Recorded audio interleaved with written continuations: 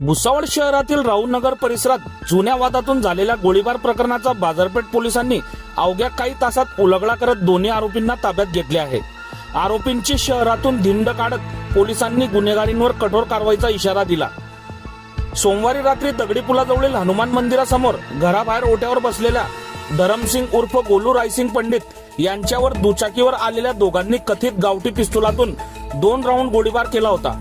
या घटनेमुळे परिसरात काही काळ भीतीचे वातावरण निर्माण झाले होते। घटनेची माहिती मिळताच अपर पोलीस अधीक्षक संदीप गावित यांनी घटनास्थळी भेट देऊन पाहणी केली। बाजारपेठ पोलीस गुन्हे शोध पथक आणि फॉरेन्सिक पथकाने घटनास्थळी पंचनामा करून सीसीटीव्ही फुटेज तसेच तांत्रिक पुराव्यांच्या आधारे तपासाची चक्रे वेगाने फिरवली। तपासादरम्यान अमोल विनोद देवरे आणि अनिकेत उर्फ कालू मनोज जाधव यांची ओळख पटली। फिर्यादीच्या तक्रारीवरून दोघांविरुद्ध खुनाच्या प्रयत्नासह विविध कलमान्वये गुन्हा दाखल करण्यात आला। रेल्वे व्यवसायातील जुन्या वादातून जीवे मारण्याच्या उद्देशाने हा गोळीबार करण्यात आल्याचे प्राथमिक तपासात निष्पन्न झाले आहे। या प्रकरणाचा तपास उपविभागीय पोलीस अधिकारी केदार बारबोले, पोलीस निरीक्षक राहुल वाघ यांच्या मार्गदर्शनाखाली सहाय्यक पोलीस निरीक्षक राहुल तायडे करीत आहेत।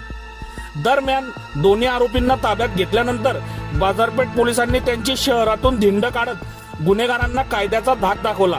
या कारवाईचे नागरिकांनी स्वागत केले असून शहरातील गुन्हेगारींवर प्रभावी अंकुश ठेवण्याची मागणीही नागरिकांकडून करण्यात येत आहे। बघत रहा MH19 न्यूज।